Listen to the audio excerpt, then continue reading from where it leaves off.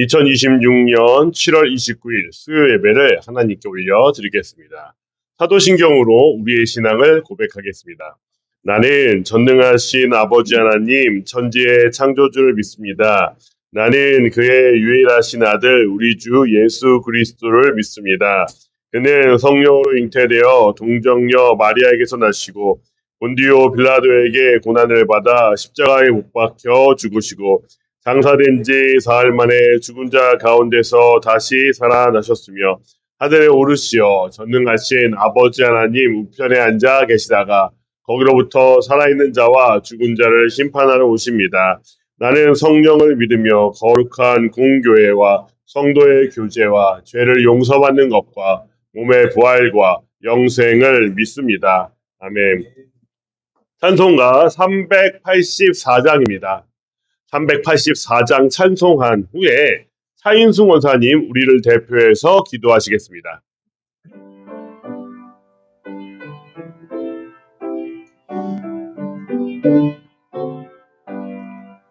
나의 갈 길 다가도록 예수 인도하시니 내 주 안에 있는 긍휼 어찌 의심하리요. 믿음으로 사는 자는 하늘 위로 받겠네. 무슨 일을 만나든지 만사 형통하리라. 무슨 일을 만나든지 만사 형통하리라. 나의 갈 길 다가도록 예수 인도하시니 어려운 일 당할 때도 족하는 해주시네. 나는 심히 고단하고 영혼 매우 가난하. 나의 앞에 반석에서 샘물 나게 하시네. 나의 앞에 반석에서 샘물 나게 하시네. 나의 갈 길 다가도록 예수 인도하시니 그의 사랑 어찌 큰지 말로 알 수 없도다.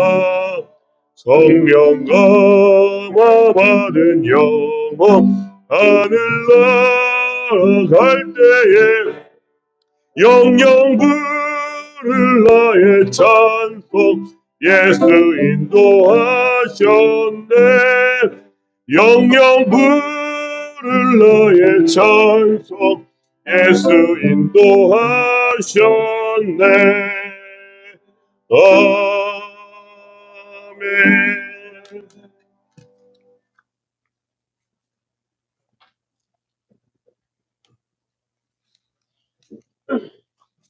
고맙고 감사하신 하나님, 저희들 주일을 지나고 3일 동안도 세상 가운데 주의 은혜로 살게 하시고 이 시간 수요 예배로 하나님 앞에 나와 예배를 드립니다. 영과 진리로 드리는 귀한 예배가 되게 도와주시옵소서. 하나님 7월 장마와 복염 속에서도 서울 동산교회 어린아이부터 어른에 이르기까지 건강하게 지켜주심을 감사합니다. 저희들 죄로 말미암아 죽을 수밖에 없던 저희들 독생자들 예수 그리스도를 이 땅에 보내주시고 십자가에 못 박혀 죽기까지 저희들을 사랑해 주신 하나님 아버지 감사합니다. 하지만 저희들 받은 은혜와 사랑은 크고도 많은데 또 있고 세상 속에 살아가면서 기도의 시간을 드리지 못했습니다. 감사보다는 불평이 많았습니다. 상대의 허물을 덮기보다는 더 크게 바라보는 어리석고 연약한 저희들 이 시간도 용서하여 주시옵소서. 하나님 이곳에 서울 동산교를 세워주시고 날마다 복음이 선포되게 하심을 감사합니다. 이 동산을 통해 믿는 자의 수가 날마다 더하게 도와주시옵소서. 서로 섬기며 사랑하며 말씀 안에서 하나님께서 주신 사명을 감당하기에 부족함이 없는 우리 교회 되게 도와주시옵소서. 하나님, 또 여름을 맞이해서 성경학교를 통해 말씀을 배운 교회학교 학생들을 더욱더 믿음이 성숙하게 하시고 이 교회, 이 나라의 큰 일꾼으로 성장하게 도와주시옵소서. 수고하신 우리 교사와 목사님 피곤치 않도록 성령으로 충만케 하여 주시길 기도합니다. 또 청년부 수련회가 준비하고 있습니다. 시작부터 끝까지 하나님께서 함께 하시고 시험 사고 어려움이 없도록 하나님 도와주시옵소서. 잘 준비하여서 은혜의 시간이 될 수 있도록 하나님 도와주시길 기도합니다. 하나님, 안식월 중에 있는 우리 목사님 영권을 강건케 하소서. 성령으로 충만케 하여 주시옵소서. 가정의 평안함도 더해 주시옵소서. 하나님, 주께서 맡기신 그 큰 목회의 사명을 감당하기에 부족함이 없도록 은혜를 더하여 주시옵소서. 하나님, 또 8월 달에는 성경 퀴즈 대회도 준비하고 있습니다. 사도행전 말씀을 통해서 저희들 깨닫는 시간 되게 하시고 말씀 앞에 더 가까이 나아가는 저희 성도들 다 되게 도와주시옵소서. 준비하는 손길에도 하나님 함께하여 주시길 간절히 기도합니다. 하나님, 이 시간도 기도합니다. 육신의 질병으로 고통받는 동산의 성도들 많이 있습니다. 하나님, 치료의 광선을 비춰주시옵소서. 회복시켜 주시옵소서.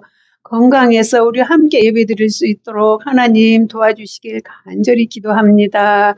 특별히 권병호 집사님 이 시간도 기억하여 주시옵소서. 몹시 힘들어하고 있는데 하나님께서 만져주시옵소서. 하나님 도와주시옵소서. 고쳐주시길 간절히 기도합니다.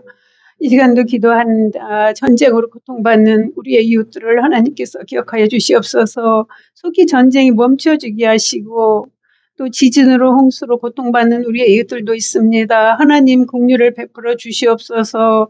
돕는 손길이 있게 하셔서 다시 일어설 수 있도록 하나님 도와주시길 기도합니다. 하나님 나라 힘든 그곳에도 그곳에도 하나님 나라가 그리해서 세워져 갈 수 있도록 하나님 도와주시옵소서. 하나님, 우리나라 경제와 안보와 정치가 안정되게 도와주시옵소서. 오직 하나님이 다스리는 이 나라 되게 하나님 도와주시길 기도합니다. 이 시간도 세우신 목사님을 통해서 저희들 주의 말씀을 듣습니다. 우리의 마음을 열어주시고 듣는 귀를 열어주시고 깨닫는 은혜의 시간 되게 도와주시옵소서. 말씀을 통해서 세상 속의 거룩한 예배자로 빛과 소금의 역할을 감당하는 동산의 성도들 다 되게 도와주시옵소서. 예수 그리스도의 이름으로 기도드립니다. 아멘.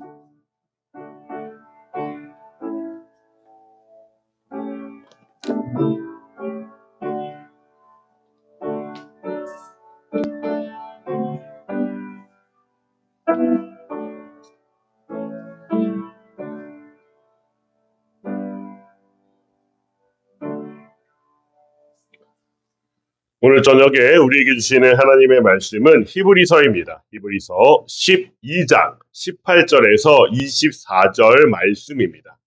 히브리서 12장 18절에서 24절 말씀입니다. 제가 봉독하겠습니다. 너희는 만질 수 있고 불이 붙는 산과 침침함과 흑암과 폭풍과 나팔 소리와 말하는 소리가 있는 곳에 이른 것이 아니라 그 소리를 듣는 자들은 더 말씀하지 아니하시기를 구하였으니 이는 짐승이라도 그 산에 들어가면 돌로 침을 당하리라 하신 명령을 그들이 견디지 못함이라. 그 보이는 바가 이렇듯 무섭기로 모세도 이르되 내가 심히 두렵고 떨린다 하였느니라. 그러나 너희가 이른 곳은 시온산과 살아계신 하나님의 도성인 하늘의 예루살렘과 천만 천사와 하늘에 기록된 장자들의 모임과 교회와 만민의 심판자이신 하나님과 및 온전하게 된 의인들의 영들과 새 언약의 중보자이신 예수와 및 아벨의 피보다 더 나은 것을 말하는 뿌린 피니라. 아멘. 성도 여러분, 소설 왕자와 거지를 아시죠? 왕자와 거지를 아시죠? 미국의 전설적인 작가 마크 트웨인의 소설입니다. 소설 왕자와 거지는 16세기 영국을 배경으로 만들어진 이야기입니다. 한날 한시에 태어난 두 소년이 있었습니다. 두 소년 중에 한 소년은 왕자로, 한 소년은 런던의 뒷골목 거지의 아들로 태어났습니다. 한 소년은 왕자로 자랐고 한 소년은 거지로 자랐습니다. 그런데 이 두 소년의 얼굴은 쌍둥이처럼 서로 닮았습니다. 중간에 이야기는 생략하고요. 자, 이 두 소년, 왕자와 거지는 우연한 계기로 친하게 되었습니다. 그리고 왕자와 거지 소년은 장난 삼아서 두 사람의 옷을 바꿔 입게 되었습니다. 그런데 두 사람이 옷을 바꿔 입었다는 사실을 모르는 경비병은 그만 거지 옷을 입은 왕자를 궁 밖으로 쫓아내게 됩니다. 이 소설은 뒤바뀐 소년들의 이야기가 아주 재미있게 펼쳐지는 소설입니다. 궁에 남은 거지 소년은 말끔한 왕자의 옷을 입었지만 행동은 왕답지 못하게 했습니다. 왕자가 갖추어야 할 기본적인 소양을 갖추지 못했고 왕궁의 예법도 알지 못했습니다. 이 소년은 왕자가 아니었습니다. 궁에서 쫓겨난 거지가 된 왕자는 가는 곳곳마다 마치 자기가 왕자인 양 행동했습니다. 거지의 기본 소양이 무엇입니까, 여러분? 거지의 기본 소양은 비굴함입니다. 근데 이 거지 왕자는 구걸도 하지 않고 가는 곳곳마다 사람들에게 명령을 하였습니다. 왜 그렇습니까? 이 소년은 왕자였기 때문입니다. 이 소설의 이야기를 이끌어가는 주된 내용은 겉모습이 바뀐 두 사람이 겉모습이 다른 정체성으로 살아가는 일로 인해서 일어나는 에피소드, 재미있는 사건들의 이야기입니다. 나머지 이야기는 여러분들이 잘 아실 줄 알고 더 이상 말씀드리지 않겠습니다. 그런데 우리가 이 마크 트웨인의 소설 왕자와 거지를 읽다 보면 알게 되는 사실이 있습니다. 사람의 정체성, 사람의 본질은 외모나 겉모습이 아니라 내면으로부터 표출된다는 것을 알 수 있습니다. 즉, 두 소년은 겉모습이 완전히 바뀌었지만 왕자의 옷을 입은 거지는 왕자처럼 행동하지 못했고 거지의 옷을 입은 왕자는 겉모습이 거지임에도 불구하고 왕자처럼 살았습니다.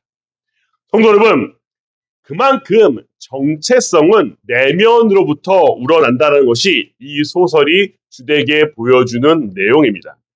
그런데 성도 여러분, 오늘 본문도 정체성에 관한 이야기입니다. 오늘 본문을 통해서 나의 정체성은 무엇인지, 그리고 우리 공동체의 정체성은 무엇인지를 다시 한번 새겨보시는 성도님들 되시기를 소망합니다.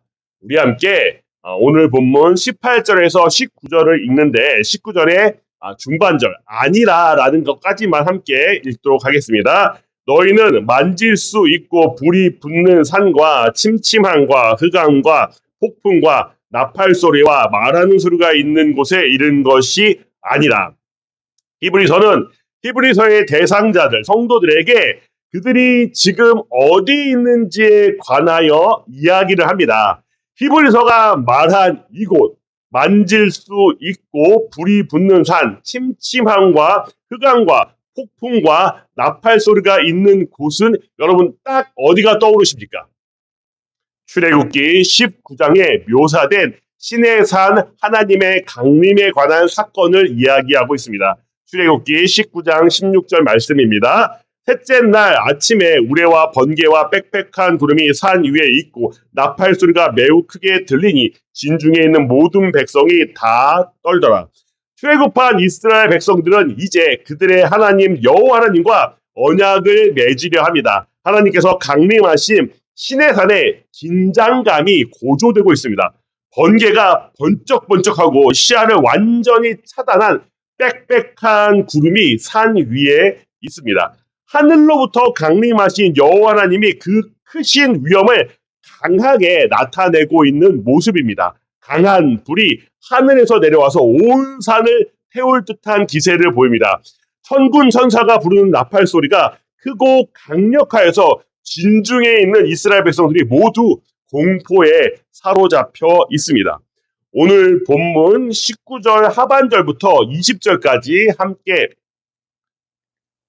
함께 봉독하겠습니다. 그 소리를 듣는 자들은 더 말씀하지 아니하시기를 구하였으니 이는 짐승이라도 그 산에 들어가면 돌로 침을 당하려 하신 명령을 그들이 견디지 못함이라. 강력한 하나님의 임재의 모습을 눈과 귀로 경험한 이스라엘 백성들은 그들의 지도자 모세에게 자신들이 직접 하나님의 음성을 듣지 않게 해달라고 간청합니다. 그들은 두려워합니다. 그들은 또한 하나님께서 백성들에게 금하신 땅에 들어가는 것은 지각 없는 동물이라도 하나님께서 심판하실 것을 말씀하셨기 때문에 더욱더 두려워하고 있습니다. 우리 함께 본문 21절 함께 봉독하겠습니다. 그 보이는 바가 이렇듯 무섭기로 모세도 이르되 내가 심히 두렵고 떨린다 하였느니라. 이 두려움, 하나님을 두려워하는 것은 이스라엘의 평범한 백성들에게서만 아니라 심지어 그들의 지도자인 모세까지도, 그들을 인도하고 이끌었던 모세까지도 두려움과 공포에 사로잡히게 합니다. 하지만 모세와 함께 출애굽한 이스라엘 백성들은 하나님의 백성들입니다. 그들은 애굽에서 크고 능하신 하나님을 경험했습니다. 그들의 여호와 하나님은 10가지 재앙으로 애굽을 멸하셨고 홍해를 갈라 이스라엘 백성들이 마른 땅으로 건너게 하셨습니다. 그들을 뒤쫓던 애굽의 병사들은 모두 물에 빠져 비참하게 죽는 경험을 모세와 이스라엘 백성들은 크고 놀라우신 하나님을 향하여 경험했던 사람들입니다. 이렇게 하나님을 경험한 모세와 이스라엘 백성들이지만, 분명하게 하나님을 경험한 이스라엘 백성들이지만 하늘로부터 친히 신의 산에 강림하신 여호와 하나님 보기를, 여호와 하나님의 음성 듣기를 두려워하고 있습니다. 왜 그럴까요? 왜 이들은 여호와 하나님의 음성을 듣기를 두려워하며 그 앞으로 나아가기를 무서워하고 있습니까? 그들이 아직은 하나님의 공의에 도달한 상태가 아니기 때문입니다. 그들은 율법 아래에 있는 사람들이기 때문입니다. 하나님의 사람 모세는 그러면 어떻습니까? 하나님의 사람 모세 또한 여전히 그가 하나님 앞에 나가서 하나님 앞에 계명을 받는 사람으로서 역할을 감당하였지만 그도 역시 여전히 하나님의 율법 아래에 있는 사람입니다. 모세는 하나님의 대리자로서 이스라엘 백성들을 섬겼습니다. 그러나 여전히 그도 넘지 못하는 벽이 있습니다. 그것이 무엇입니까? 바로 율법의 벽을 넘지 못하고 있습니다. 그렇기 때문에 모세도 두렵고 떨렸다라고 히브리서가 기록하고 있습니다. 그런데 히브리서는 히브리서의 대상자들에게 뭐라고 말하고 있냐면 너희가 이르는 곳이 그곳이 아니다라고 말합니다. 히브리서는 히브리서의 대상자들에게 너희는 율법의 요구가 온전히 이루어져야 하는 신의 산에 이른 것이 아니다라고 그들의 정체성에 관해서 말하고 있습니다. 그렇다면 그들 지금 히브리서의 대상자들은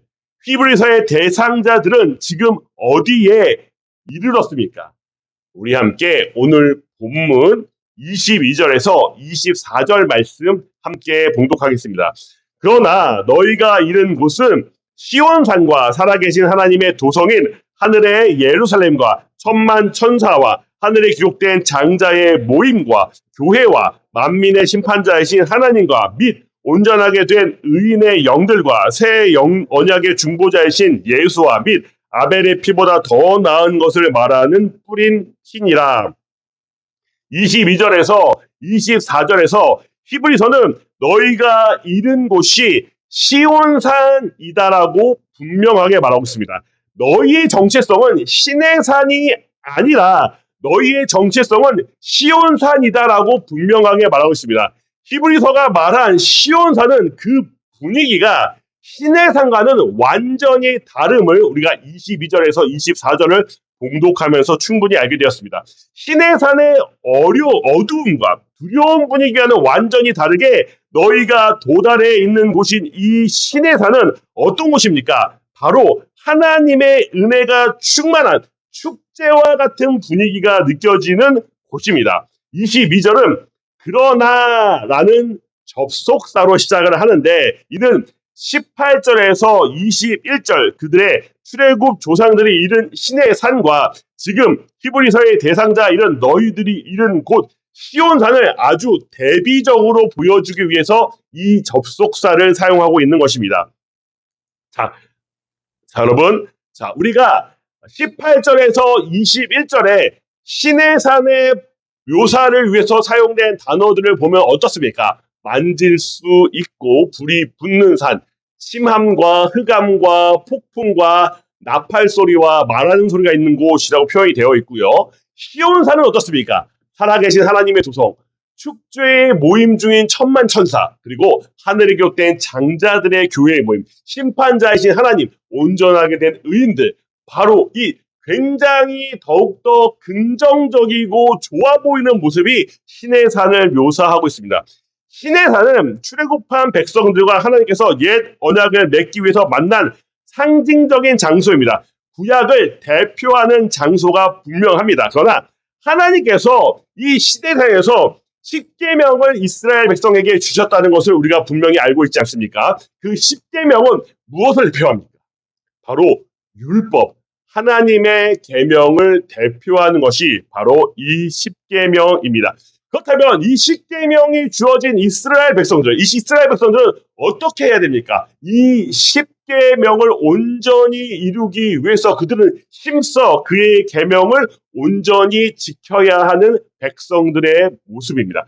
반면에 그러나 여러분 시온산은 은혜의 산을 나타내고 있습니다. 여러분 22절로 시온산은 하나님의 도성이며 그분을 섬기는 천만 천사가 축제를 하고 있습니다. 23절로 하늘에 기록된 장자들의 모임 장소입니다. 교회가 있습니다. 심판자이신 하나님과 온전하게 된 의인들의 영들이 있습니다. 히브리서가 묘사하는 시온산은 24절로 새 언약의 중보자이신 예수님을 가리키면서 그 절정에 이르게 됩니다. 바로 이 시온산은 그들의 유일한 중보자, 구원자 예수 그리스도의 피로 말미암아 구원받은 자들의 모임 장소가 된다는 것을 우리는 알 수 있는 것입니다.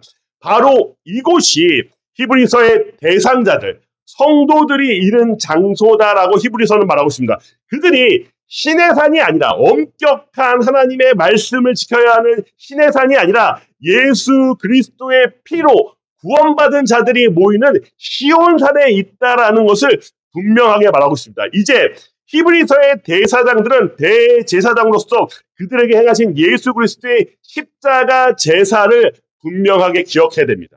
우리가 어떻게 신의 산이 아니라 시온산에 있는지를 깨달아야 하는 것입니다. 성도 여러분, 그들이 어떻게 신의 산이 아니라 시온산에 있게 되었습니까? 그들이 하나님이 맡기신, 하나님이 주신 법을, 하나님의 계명을 온전히 지켰기 때문에 신의 산이 아니라 시온산에 있는 것입니까? 아닙니다. 바로 예수 그리스도의 온전한 은혜를 입음으로 말미암아 그들의 의가 아니라 예수 그리스도의 의로 말미암아 그들은 그들의 공로 없이 신의 산에 이른 존재가 되었다라는 것입니다.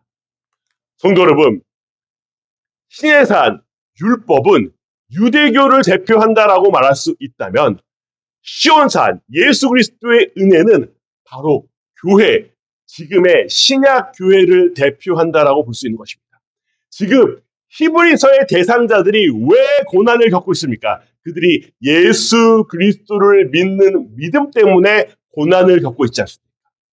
그런데 신의 산이 좋습니까? 아니면 시온산이 좋습니까? 그들에게 극명하게 너희가 지금 어느 산에 있어야 하는지를 말하고 있는 것입니다. 바로 예수 그리스도를 믿는 것이 너희가 시온산에 남는 방법이다. 그러니 지금 너희가 예수 그리스도를 믿는 믿음 때문에 당하는 핍박과 고난을 이겨내라. 너희가 결국 있을 자리는 신의 산이 아니라 바로 은혜의 산, 시온산이라는 것을 분명하게 밝히고 있는 것입니다. 성도 여러분, 그렇다면 우리는 어떻습니까? 우리의 정체성은 어디에 있어야 합니까? 우리의 정체성 또한 시온산에 있어야 할 것입니다. 성도 여러분, 많은 사람들이, 현대를 살아가는 많은 사람들이 자신의 정체성을 예수님이 말씀하신, 신약 성경이 말씀하신 것에 두지 않고 자신의 정체성을 세상이 말하는 정체성에 두는 사람이 믿는 사람 중에도 많은 것이 참으로 안타깝습니다. 믿는 사람 중에 많은 사람이 여전히 자신이 예수 그리스도를 믿고 있음에도 불구하고 자신의 학벌이나 자신이 가진 직업을 통해서 자신의 정체성을 정의하는 사람이 많습니다. 그래서 그들이 교회에 와서도 어떻게 행동하냐면 자신이 돈이 많거나 자신이 좋은 직업을 가지고 있는 사람들은 교회에 와서도 자신이 그러한 대접을 받기를 원합니다. 그리고 심하게는 교회에 와서도 자기보다 못한 직업을 가지고 있거나 자기보다 낮은 사람이라고 여겨지는 사람에 대해서 낮게 대하고 무시하는 경향이 나타나고 있습니다. 이는 분명히 잘못된 것입니다. 또한 세상이 말하는 낮은 학벌과 좋지 못한 직업을 갖고 계신 분들은 교회에 와서도 자기 자신을 똑같이 정의합니다. 그래서 교회에 와서도 하나님의 일을 하기를 저는 그 일을 하지 못합니다. 저는 그 일을 하는 사람이 아닙니다. 라고 말하며 자기 자신을 예수님이 정의한 정의로 받아들이는 것이 아니라 시온산에 있는 사람의 정의로 받아들이는 것이 아니라 여전히 사회에서 나를 정의한 그대로 받아들이시는 분이 있습니다. 이것도 옳지 않습니다. 성도 여러분, 우리는 예수 그리스도 안에서 함께 시온산에 있는 존재임을 깨닫기를 소망합니다. 우리의 정체성은 형제자매입니다. 우리의 정체성은 누가 높고 낮은 것이 아니라 예수 그리스도를 통해서 한 형제 자매가 되었다라는 것이 바로 지난주 히브리서와 오늘 히브리서가 동일하게 이야기하고 있는 내용임을 성도님들 분명히 아셔야 할 것입니다. 성도 여러분, 오늘 본문 18절에서 24절 말씀은 사실은 지난 본문, 지난주 수요일 본문 14절에서 17절과 밀접하게 연관되어 있습니다. 우리 개역개정 18절이 사실은 번역하지 않고 있는 헬라어 단어가 있는데 그 단어가 뭐냐면 바로 왜냐하면이라고 시작되는 단어를 18절이 번역하고 있지 않습니다. 즉 오늘 18절에서 24절의 내용들을 한 문장으로 표현하면 왜냐하면 너희는 시내산이 아니라 시온산에 이르렀기 때문이다 라고 단순하게 말할 수 있습니다. 즉 18절에서 24절은 우리가 지난 수요일에 살폈던 14절에서 17절의 이유를 나타내고 있는데 성도 여러분 14절에서 17절의 내용이 무엇이었냐 하면 모든 사람과 더불어 공동체의 각 사람이 화평과 거룩함에 이르지 못하는 자가 없도록 서로를 살피라라는 내용이었습니다. 무슨 말입니까? 우리가 공동체로서 서로가 서로를 주의 깊게 사랑으로 관찰하고 보살펴야 한다라는 내용이었다는 것입니다. 그래서 18절로 왜냐하면 왜 너희가 그렇게 해야 되냐 하면은 바로 너희가 시내산이 아니라 주 예수 그리스도의 은혜로 시온산에 있는 것이기 때문입니다. 성도 여러분 보십시오. 만약에 누군가가 나의 의를 통하여서 시내산에 서는 자가 있다고 생각해 보십시오. 그런 사람은 있을 수도 없지만 그런 사람은 자기 의로 쓸 수 있는 사람입니다. 그러니 그 사람은 자기 의로 살아가겠죠. 그러나 성경은 뭐를 말하고 있습니까? 어느 누구도 자기 의로 하나님 앞에 나가지 못한다는 것을 말하고 있습니다. 그러면 모든 사람들, 이제는 예수님이 오신 다음에 모든 사람들은 누구의 의를 의지하는 사람들입니까? 바로 예수 그리스도의 의를 의지하는 사람들이 되는 것입니다. 예수 그리스도의 의를 의지하는 사람들이 누가 잘났고 누가 못났고 네가 낫고 내가 낫는데 어디 있습니까? 없지 않습니까? 어느 누구도 자기 의로 들어올 수 없는데 모두가 다 예수 그리스도의 의를 의지하는 사람들인데 그 정체성 안에 있는 자들이라는 말입니다. 그러니 성도 여러분 우리는 어떻게 살아야 합니까? 우리는 신의 산이 아니라 시온산에 있는 자로서 예수 그리스도의 은혜를 아는 자로서 우리는 서로가 서로를 보살피며 살아가는 한 공동체 예수 그리스도의 몸을 이루어야 하는 것입니다. 그러니 우리 교회가 앞으로 어떻게 해야겠습니까? 어떠한 교회가 되어야겠습니까? 누군가는 지킬 수도 있는, 누군가도 지킬 수도 없는 그 신의 산의 율법을 따르는 사람이 되어야겠습니까? 바리새인처럼 그 당시에 신약 당시에 바리새인, 서기관, 사두개인 그리고 제사장들처럼 특권을 누리는 자들이 특권을 누리는 곳이 공동체여야겠습니까? 아닙니다.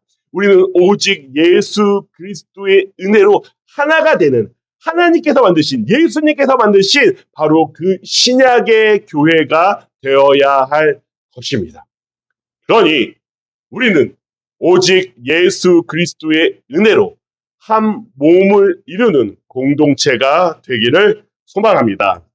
우리 함께 찬송가 210장, 찬송가 210장 함께 하겠습니다.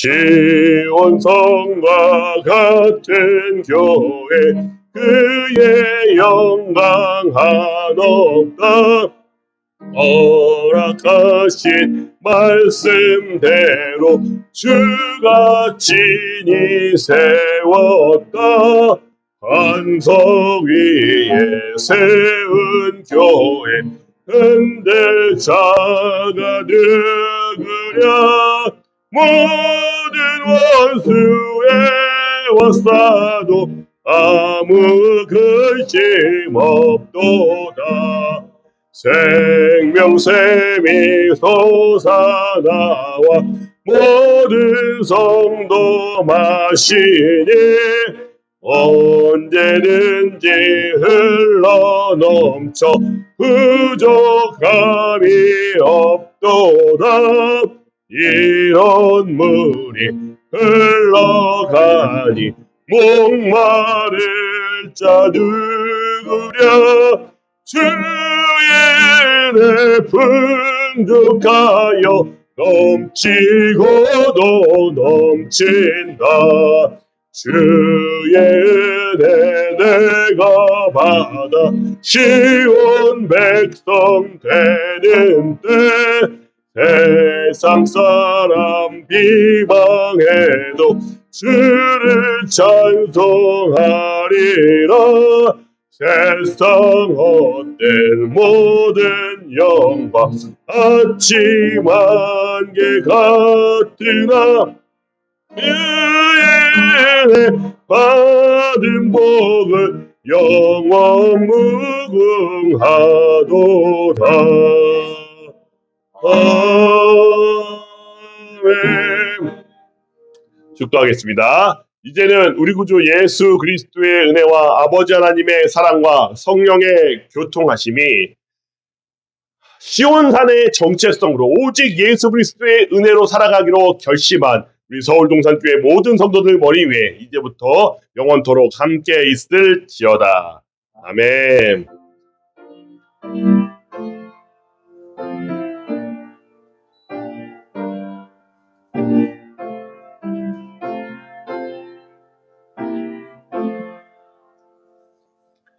네, 수요 예배를 마쳤습니다. 함께 교제하시며 나아가시겠습니다.